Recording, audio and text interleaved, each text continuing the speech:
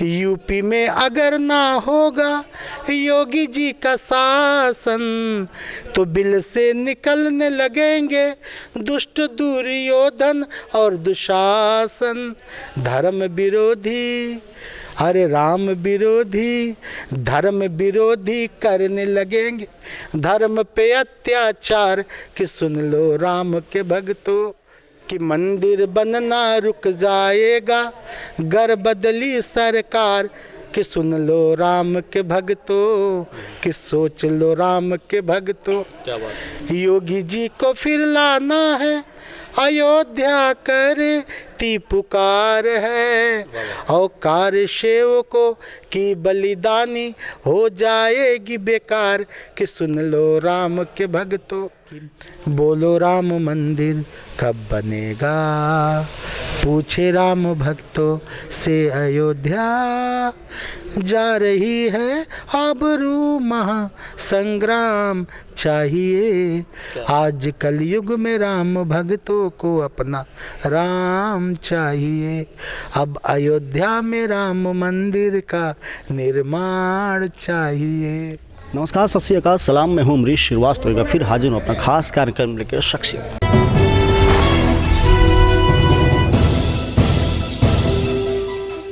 तो जैसा कि जानते हैं, शख्सियत में हम आपको उन चेहरों से रूबरू कराते हैं जो समाज में कला स्थान रखते हैं। हमारे साथ मौजूद हैं बृजमोहन दास महाराज जी, जो अयोध्या के जैसे ही नाम आता है सबसे पहले आपका नाम आता है। अयोध्या की बात हम थोड़ा अलग करते हैं। अगर भोजपुरी इंडस्ट्री की भी बात आती है, एक गॉड फादर की बात आती है, चाहे वो छोटा सिंगर हो या बड़ा सिंगर हो, तो सबसे पहला नाम आता है बृजमोहन दास महाराज की। तो आज हमारे साथ महन जी मौजूद हैं, बात करेंगे। महन जी, बहुत बहुत शुक्रिया आपको। जय श्री राम, जय श्री राम जी। जैसे कि देखा गया, हम शुरुआत भोजपुरी से ही करते हैं कि भोजपुरी के लिए आप एक गॉड फादर के रूप में आते हैं। चाहे छोटा सिंगर हो, बड़ा सिंगर, हर किसी का आशीर्वाद आपको मिलता रहता है। ये मेरा मानना है, कलाकार होता है, चाहे छोटा हो बड़ा हो। अब मुझे लगता है छोटा ही कलाकार आगे जाके बड़ा बनता है। तो अगर उनको जगह दी जाए, उनको हौसला बढ़ाया जाए, उनका सपोर्ट किया जाए, तो मुझे लग रहा है वो निखर कर आगे चल के बहुत बड़े कलाकार होते हैं। कोई कलाकार बड़ा नहीं होता, छोटे से ही बड़ा होता है। तो मुझे मानना है कि अगर कलाकार आपके अंदर है, चाहे आप बड़े कलाकार हो चाहे छोटे हो, मैं सबको एक बराबर मानता हूँ और एक जैसा सबको प्यारा आशीर्वाद देता हूँ। मेरा मानना ये रहता है कि आज ये छोटा कलाकार, कल जब ये बड़ा होगा तो मुझे और खुशी होगी।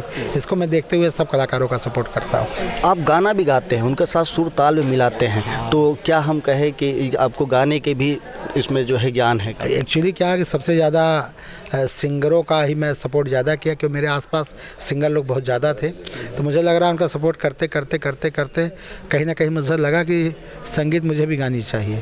तो थोड़ा बहुत मैंने भी गाना चालू किया और राम जी कृपा, हनुमान जी कृपा की अच्छा बजने लगा। तो मुझे लगा क्यों ना, जैसे मैं अपनी बातों को भाषण के माध्यम से देता हूँ, लोग 5 मिनट सुनते हैं फिर भूल जाते हैं, लेकिन संगीत ऐसा प्लेटफार्म मुझे मिला कि इसको सुनने के बाद लोग इसको बार बार सुनते हैं। तो मुझे लगा जिस तरह धर्म का, बंगाल में जब धर्म लुप्त हो गया था उस समय चैतन्य महाप्रभु ने जन्म लिया था। उन्होंने भजन के माध्यम से ही धर्म का इतना बड़ा प्रचार किया कि आज विश्व के लोग, बाहरी देशों के लोग आकर वहाँ पे हरे राम हरे कृष्णा गाकर बढ़िया झूमते हैं, भजन गाते हैं। तो मुझे लगा ये भजन एक ऐसा माध्यम है, इसके द्वारा मैं दुनिया तक अपनी बात को पहुँचा सकता हूँ। और वह सत्य हुआ राम जी कृपा से कि जो भी गाने हम लोग गाते हैं या उसको प्रस्तुत करते हैं वो काफ़ी दूर तक जाता है और मेरा मैसेज जो मैं चाहता हूँ लोगों तक पहुँचता है। तो इसलिए मैं गाता हूँ, मुझे बहुत अच्छा लगता है। एक गायक हैं, हमें भी याद है, अवध रत्न सम्मानित है शेंदत शान, उनका एक गाना आया था भगवा करके, उसमें आपका अभिनय और गायकी बहुत ही लोगों ने पसंद किया था, उसके बारे में? शेंदत बहुत अच्छे गायक है, लेकिन कुछ कारणों से वो बहुत डिम चल रहे थे। तो क्योंकि मेरे शिष्य मेरे पास आए तो मैंने उनको सलाह दिया, मैंने कहा चलो तुम भगवा गीत गाओ, क्योंकि मैं भजन में ही आता हूँ, क्योंकि मैं संत हूँ, इसलिए जो भजन ही मेरा माध्यम है। अब मैं वही गीत संगीत में आता हूँ जिससे समाज को कुछ मिले, जिससे शिक्षा मिले।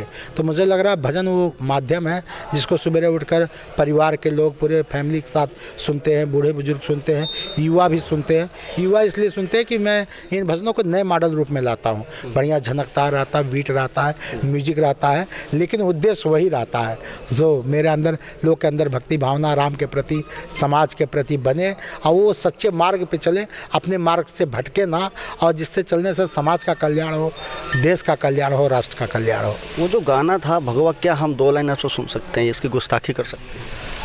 नहीं, बिल्कुल करने कोई बात नहीं। एक भजन था हम लोगों ने गाया कि जैसे मुस्लिम भाई लोग हैं हमारे, तो जिसे तमाम मुस्लिम ऐसे हैं जो विरोध करते हैं, लेकिन कुछ मुस्लिम भाई ऐसे भी हैं जो सपोर्ट में रहते हैं, जिसको जैसे कलाम साहब थे, आज पूरा भारत उनको याद करता है, नमन करता है। तो उस पे भी हम लोगों ने गाया था कि मान लिया हिंदू का ये सच्चा यार नहीं होता, अरे मान लिया हिंदू का ये सच्चा यार नहीं होता, मगर भाई हर टोपी वाला गद्दार नहीं होता। क्या बात, क्या बहुत बढ़िया, बहुत बढ़िया। एक चीज़ और पूछना चाहेंगे महाराज जी, गाने में सुर ताल के साथ अभिनय को मैच करना कितना मुश्किल और कितना अब मुझे लग रहा है कि ये भगवान का दिया मेरे अंदर था, मुझे खुद ही नहीं पता था। लेकिन जैसे राम मंदिर के क्यों मैं भी विश्व हिंदू परिषद का अयोध्या का अध्यक्ष था, तो जब मुझे लगा कि एक मेरे गाड़ी में एक गाना बजता था, मेरे एक शिष्य है महाबल मिश्र, तो वो वहाँ से मुझे गाड़ी दिए थे मुंबई से, ओपल एक्स्ट्रा मेरे पास थी, तो उसमें एक कैसेट लगा था जिसमें गाना बजता था, शिला की जगह लगा दो प्राण बिठा दो, वहाँ राम भगवान अयोध्या करती है आह्वान, ठाठ से कर मंदिर निर्माण। तो हम लोग जहाँ जाते थे मंचों पे राम मंदिर की बातें करते थे कि भाई इसको देखिए किस तरह बाबर बादशाह ने तोड़ा और वहाँ पे 76 बार हिंदुओं ने युद्ध किया, आज भी रामलला टेंट के अंदर है, ये बहुत कष्ट का विषय है, वहाँ मंदिर बनना चाहिए, ये हम किसी से भीख नहीं मांग, ये मेरा अधिकार है। तो मुझे लगा कि मैं जगह जगह हम लोग भाषण दे रहे हैं, लोग सुनते हैं भूल जाते हैं, तो मुझे लगा क्यों ना इसको गीत संगीत के रूप में पिरो कर प्रस्तुत किया जाए। तो उस समय मेरे पास दिवाकर द्विवेदी मिले, तो मैंने उनसे बोला, तो कहा कि गुरुजी फिर इसका खर्चा वर्चा सब पूरा, मैंने कहा ठीक है। तो फिर उस गीत को हम लोग बनाए, तो वो भजन जब आया कि तो अच्छा चला, बनेगा अब मंदिर कुछ भी हो अंजाम, सबर अब ना होगा चाहे जाए जान, बनेगा अब मंदिर। उसके बाद मेरे संपर्क में आए देवेंद्र पाठक, जो वो भी तमाम सब गीतें लोकल गीत गाते थे, लोकगीत। फिर मैंने उनको भी समझाया, हमने कहा ऐसा कुछ गाना कुछ देश के लिए, समाज, कुछ राम जी के लिए गाओ, अयोध्या क्या है, क्यों हम लड़ रहे हैं, क्यों मंदिर बनना चाहिए, क्यों नहीं बनना चाहिए, ये जनता को पता होना चाहिए। युवा पीढ़ी को पता नहीं है राम मंदिर है क्या, क्यों लोग लड़ रहे हैं, आखिर लड़ाई किस बात की है। तो उस पर हम लोगों ने गीत बनाया, अनुपम पांडे से लिखाया गया, उसके बाद फिर गाया गया कि बोलो राम मंदिर कब बनेगा, पूछे राम भक्तों से अयोध्या, जा रही है आबरू महा संग्राम चाहिए, आज कलयुग में राम भक्तों को अपना राम चाहिए, अब अयोध्या में राम मंदिर का निर्माण चाहिए। क्या बात, बहुत बढ़िया।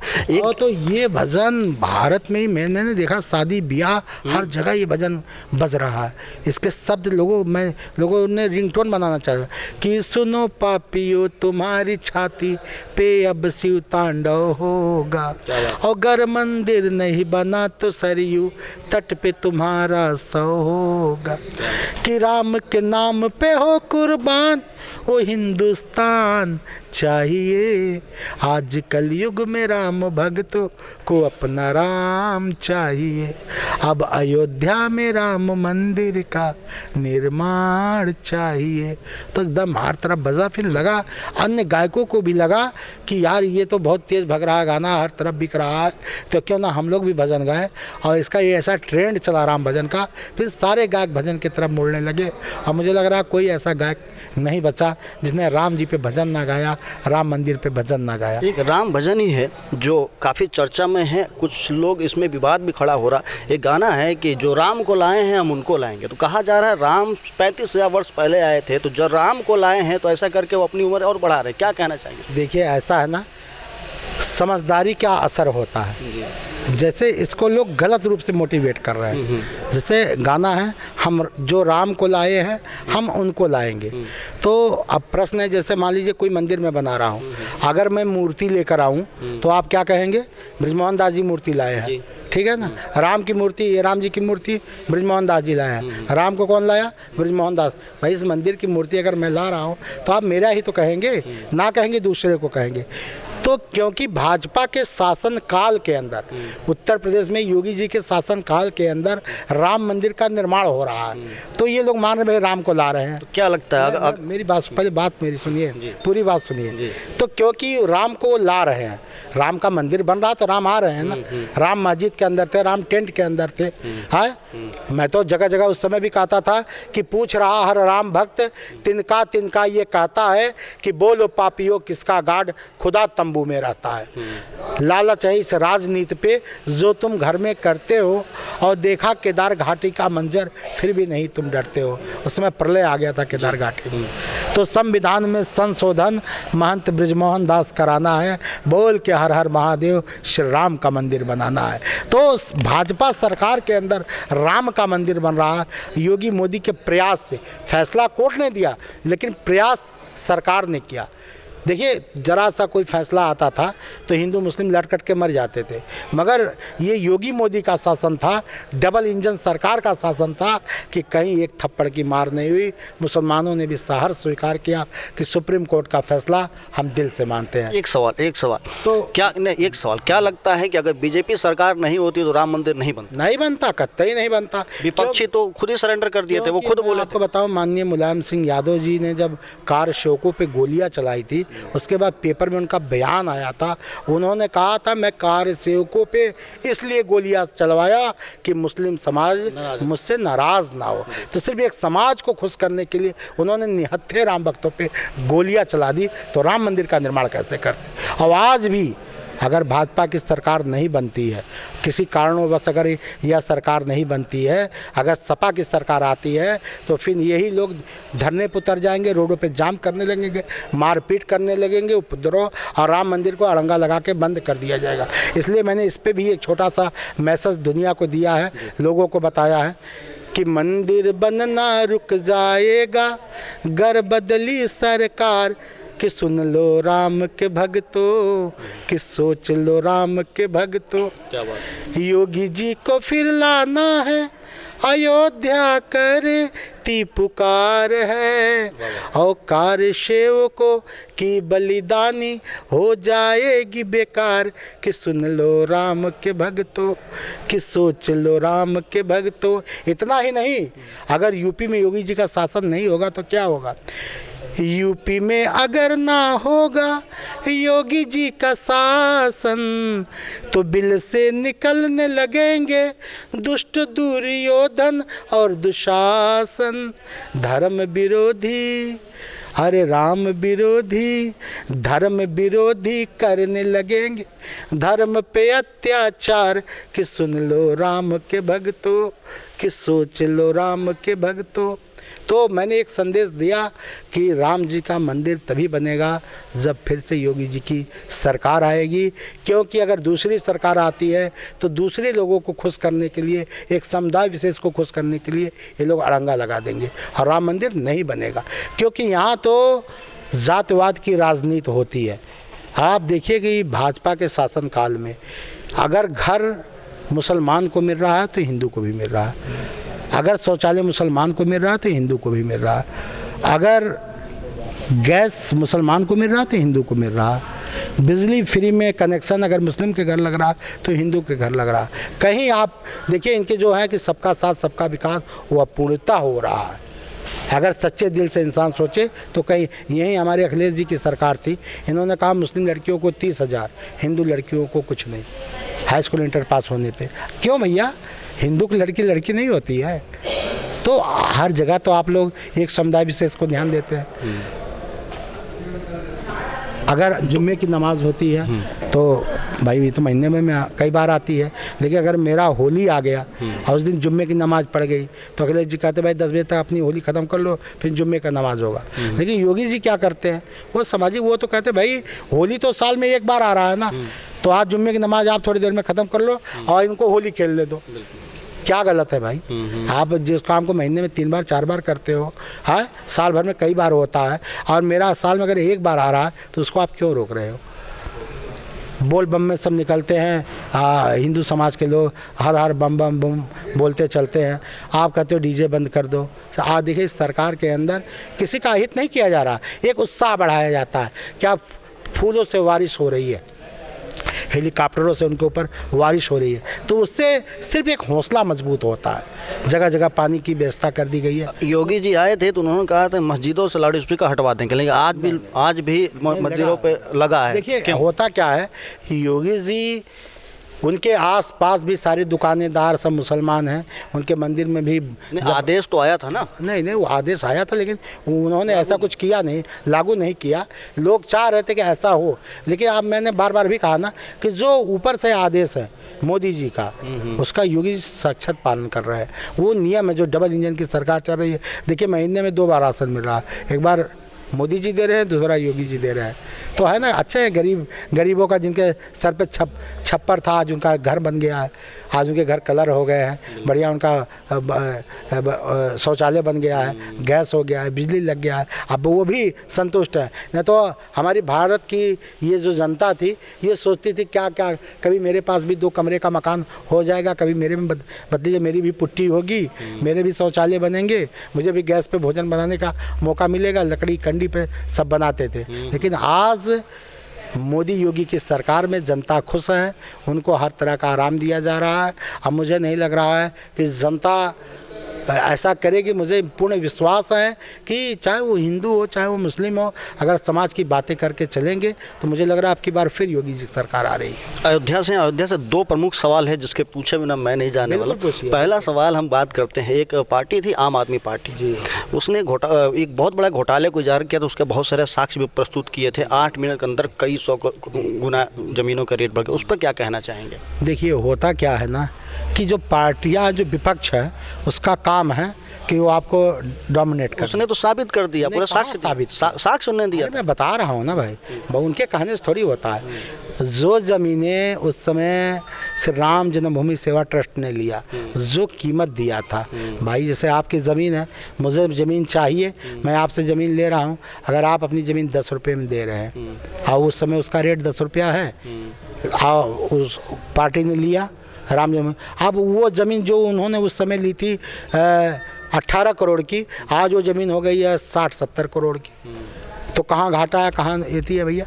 आजकल करने के तुरंत बाद दोबारा रजिस्ट्री हुआ। नहीं रजिस्ट्री ऐसा वो पेच फंसा था, कोई मुकदमे का पेच था जो चल रहा था। 2 करोड़ में डील हो गई थी और 2 करोड़ का डील का वो मुकदमा चल रहा था। आपस में जो जिनकी ज़मीनें थी वो लड़ रहे थे, बाद में सुलह हो गई। तो जैसे मैंने आपको पैसे दे दिए 2 करोड़ रुपये, आप उसका उपभोग कर रहे हैं, मुकदमा आपके परिवार में चल रहा है, आपने फाइनल किया, मुझे लिख दिया, तो जो मेरा 10 साल बर्बाद हुआ 2 करोड़ का, भाई पैसा भी तो बढ़ता है। तो ये हुआ कि भाई इसका इस समय कीमत 18 करोड़ ना 18 करोड़ दे के लिया, तमाम ऐसे ज़मीनें अयोध्या में लिया। तो देखिए दोषारोपण करने वाले करते रहते हैं, आप करना भी चाहिए, विपक्ष का काम है, अगर वो नहीं करेंगे तो कैसे पता चलेगा। तो मुझे नहीं लग रहा कहीं कोई घोटाला हुआ है। अगर कोई एक और हैं संत समाज से ही हैं, वो हर बार बोलते हैं कि सरयू में समाधि ले लेंगे, चिता में समाधि ले लेंगे, लेकिन फिर गायब हो जाते हैं, क्या कहना चाहेंगे? नहीं देखिए, आप परमहंस जी की बात कर रहे हैं, वो अयोध्या के संत हैं। मुझे लग रहा है उनको कोई ऐसी बातें जब लगती है, उनको ठेस लगता है, वो चाहते हैं कि नहीं ऐसा होना चाहिए, तो इस पे कहते हैं, क्योंकि भाई वो समाधि लेने की बात करते हैं। या एक बार उन्होंने कहा था राम मंदिर का निर्माण होना चाहिए, नहीं तो मैं कुछ खाऊंगा पीऊंगा नहीं, और लगातार मुझे ख्याल है कि 12-13 दिन तक वो कुछ खाए पिए नहीं थे। उसके बाद प्रशासन ने उनको उनका व्रत तोड़वाया, फिर उनको खिलाया पिलाया। बाद में वो चाह रहे थे भारत को हिंदू राष्ट्र घोषित किया जाए। तो मेरा कहना है हिंदू राष्ट्र भारत बनेगा, लेकिन इसके लिए सब लोग को बहुत मजबूत होना पड़ेगा। लेकिन वो चाहते तत्काल सरकार करे, तो सरकार उस पर अंकुश लगाती है और उनको समझाती है। तो कई बार इस तरह वो चिता सजाए की है, लेकिन सरकार उनको कहीं ना कहीं से रोकती है कि ये गलत बात है। हम ये जब मामला चल रहा था, हम इसमें लगातार नज़र बनाए थे, हम लगातार इसमें खबर भी किए थे, तो वहाँ पे कुछ संत समाज भी कह रहे थे, विपक्ष विरोध भी कर रहे थे कि उनको ऐसा नहीं करना चाहिए। हम बिल्कुल करते हैं, संत समाज दिखे मैंने बताया एक सिक्के के 2 पहलू होते हैं, तो सबका अपना अपना विचार है। लोग बहुत विचार वाले कहते हैं भाई तुम्हारे चिल्लाने से नहीं बनेगा, इसके लिए हर तरफ से आवाज़ उठनी चाहिए, इसलिए आप शांत रहिए, आप कहिए। ये जैसे एक पुरानी कहावत है कि अकेला चना कभी भाड़ नहीं फोड़ता। तो मेरा कहना है कि उसके लिए एक रूपरेखा, कोई जब आप बड़ा काम करेंगे उसके लिए एक बड़ी व्यवस्था करनी पड़ती है, एक बड़े समाज के तबके को जोड़ना पड़ता है, तब जाकर वह कहीं सफल होता है। आप परमहंस जी के सपोर्ट में हैं मतलब? नहीं देखिए, मैं सपोर्ट की बात नहीं है, काम वो अच्छा करते हैं, लेकिन रही बात कि समय की जो मांग होती है उसके अनुसार काम होना चाहिए, ठीक है ना। वो अच्छे आदमी हैं और कभी उन्होंने कोई गलत मांग नहीं की है, लेकिन रही बात उनकी एक अपना अलग तरीका है, हम लोग का अपना अलग तरीका है, ठीक है ना। तो बस यही बात है और कोई बात नहीं। नेटवर्क 24 से बात करने के लिए बहुत बहुत शुक्रिया। बहुत बहुत धन्यवाद आपको। जय श्री राम। जय श्री राम। तो ऐसी तमाम खबरें आप तक हम लाते रहेंगे। अपना प्यार और आशीर्वाद देने के लिए हमारे चैनल को सब्सक्राइब करें और देश दुनिया प्रदेश की सारी खबरें पढ़ने के लिए लॉगिन करें हमारे वेब पोर्टल www.network24news.com या फिर www.network24news.in।